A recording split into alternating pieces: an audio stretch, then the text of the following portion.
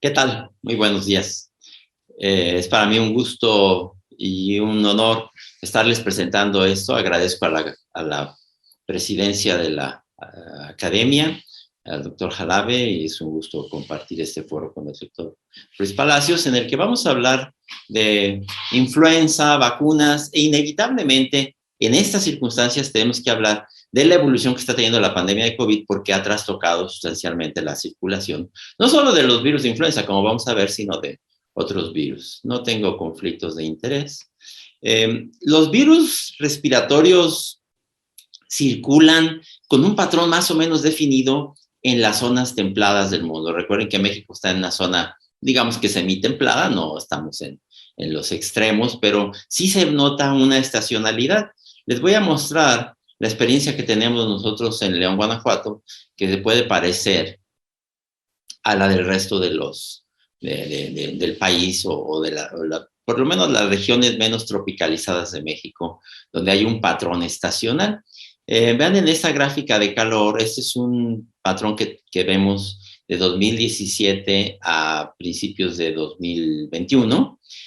Obviamente ya está trastocado esto, decía, por la pandemia, pero vean ustedes en esta gráfica cómo, sobre todo, el virus incisional respiratorio, la influenza y los coronavirus catarrales se distribuyen en las épocas, digamos, invernales. Otros virus, como por ejemplo para influenza, se distribuyen en todo el año, lo mismo que los adenovirus, y tienen menos esa estacionalidad. Ahora, esa estacionalidad que estamos observando o que observábamos antes de la pandemia se encuentra actualmente completamente trastocada. De hecho, en este momento, los virus de influenza empiezan a circular fuera de temporada, no solo en el hemisferio norte, y depende mucho de la manera en la que está circulando la pandemia. Recuerden que la pandemia de COVID-19 ha estado, digamos, dominada por las variantes, y cada una de esas variantes ha durado más o menos 6 meses. Aquí tenemos una situación, digamos que a principios de mayo del 2022, vean cómo aquí en azul arriba teníamos, digamos, las variantes locales, más o menos 6 meses. Luego la variante alfa-gamma, los picos de alfa-gamma, otros 6 meses. La variante delta, otros 6 meses. Y la variante Omicron o las subvariantes de Omicron que van a empezar ahora, está empezando, digamos, la quinta ola, que sería de las subvariantes de Omicron. Abajo vemos ya los efectos también en la mortalidad, obviamente que el eje de las ordenadas no está en las mismas escalas, pero sí vemos también el efecto ya de la vacunación. No lo dudemos, la vacunación en México ya ha salvado miles y miles de vidas y lo seguirá haciendo. Y en ese sentido también, cómo vamos en el futuro a combinar, digamos, las campañas de vacunación de COVID con las de influenza. Por eso quise referirme a la pandemia de COVID. ¿Cuánto van a durar las oleadas? Decíamos más o menos unos 6 meses. Sudáfrica nos lleva unos 6 meses. Y vean que unas variedades siempre sustituyen a la anterior. O sea, cuando una variante, se transmite mejor y escapa la inmunidad y logra esa combinación, pues sustituye a las anteriores. De hecho, actualmente en Sudáfrica, ya la subvariante BA4-B5, BA4-BA5, está sustituyendo a prácticamente todas las anteriores. En México, sin embargo, podríamos tener un patrón semejante al que se está observando en los Estados Unidos, en el sentido de que la subvariante BA12, BA2.12.1 está entrando antes que la BA4, BA5 que está ocurriendo en Sudáfrica. Entonces, muy probablemente vamos a seguir el patrón que se está observando digamos que en los drenajes. Este es el drenaje en Minnesota, por ejemplo, donde se puede ver que el ARN de los virus en el drenaje va mostrando cómo unas variedades van sustituyendo a otras, unas variantes. Por ejemplo, Delta inicialmente sustituyó a las variantes alfa, beta y gamma, más o menos también 6 meses. Aquí ven cómo Delta lo sustituye, y luego como Omicron, la primera variedad, la BA1, sustituye a Delta, luego BA2 empieza a sustituir a BA1, y ahora BA12 2.12.1 está sustituyendo a la BA2 y como ven aquí, BA4, BA5 acabará sustituyendo a todas las demás. Y esas son cosas que todavía faltan, por ejemplo, en México. Si en México no ha entrado BA4, BA5 y apenas estaría entrando BA2.12, podríamos esperar que esta oleada, digamos la quinta oleada, que podría ser de junio a diciembre de 2022, aunque sería en menor calado que las anteriores, todavía se tendría que presentar en la mayor parte del territorio nacional. Entonces, la circulación de influenza ha estado muy, digamos, trastocada por la circulación de la pandemia de Omicron y casi seguramente así seguirá siendo. De hecho, en México la circulación de influenza prácticamente en la estación 2021 no se vio.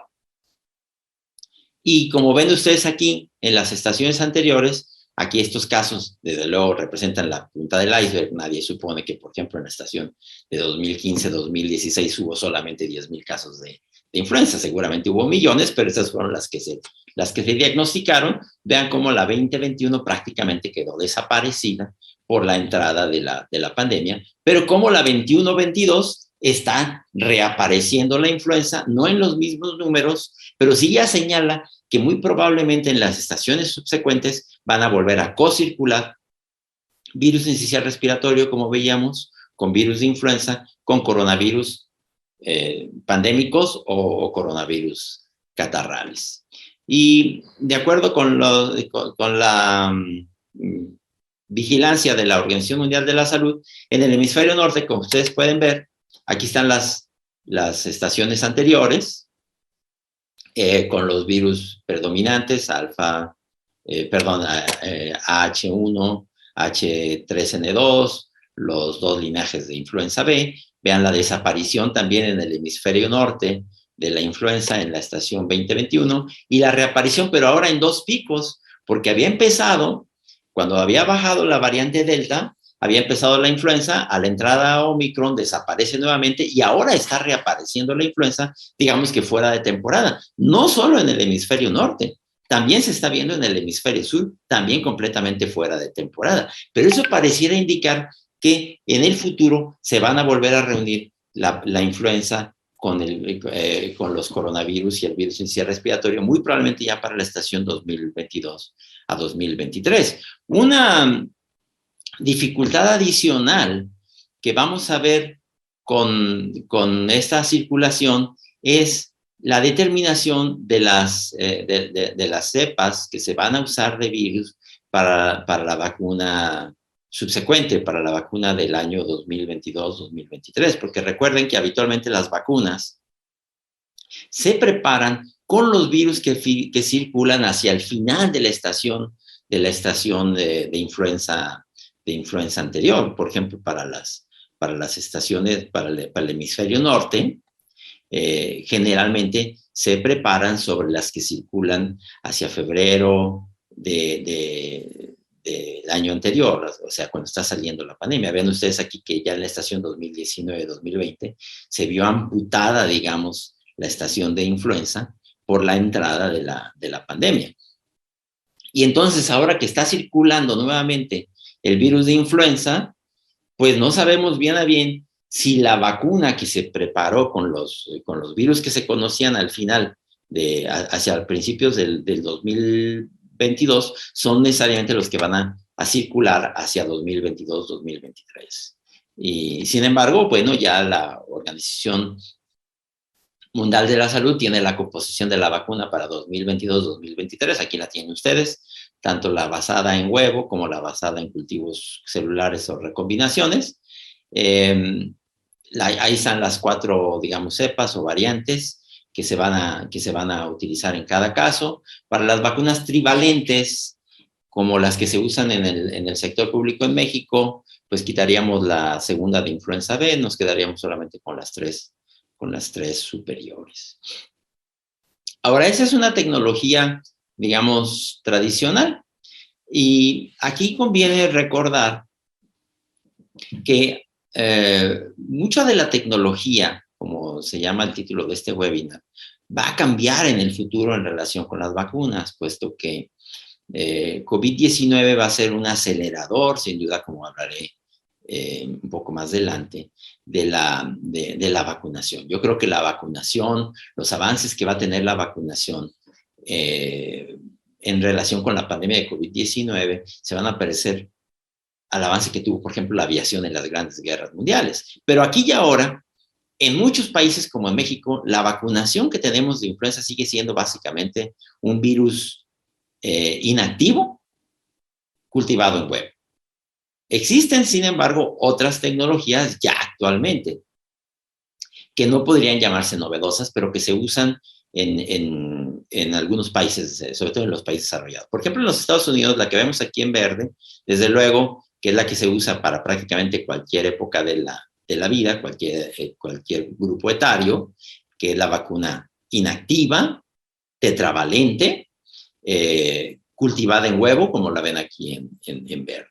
Pero también existen las cultivadas en células, que se usa generalmente a partir de los 2 años en adelante. Hay una vacuna también con adyuvante, aquí están sus marcas. Hay una vacuna de alta dosis, generalmente para las personas de 65 años de edad o más. Hay una vacuna también recombinante que se usa generalmente para los mayores de 18 años. Aquí la ven, en azul. Y finalmente, la vacuna de virus vivos atenuados, que generalmente se aplica por vía nasal. Ahora,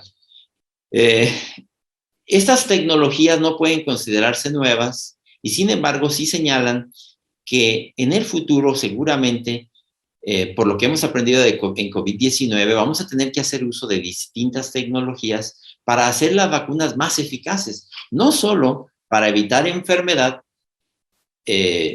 muerte y gravedad, sino para evitar inclusive la transmisión, porque ahora con COVID-19 sabemos algo que ya conocíamos para influenza, que la eficacia se mide no solamente para evitar transmisión y enfermedad o enfermedad sintomática, pero sobre todo para evitar gravedad y muerte. Y sin embargo, como hemos visto en COVID-19, la vacunación puede afectar relativamente poco la transmisión. ¿Qué vamos a hacer para, con las nuevas tecnologías en el futuro, tener no solo una mejor protección contra enfermedad y muerte, enfermedad grave y muerte, sino para reducir más sustancialmente la transmisión?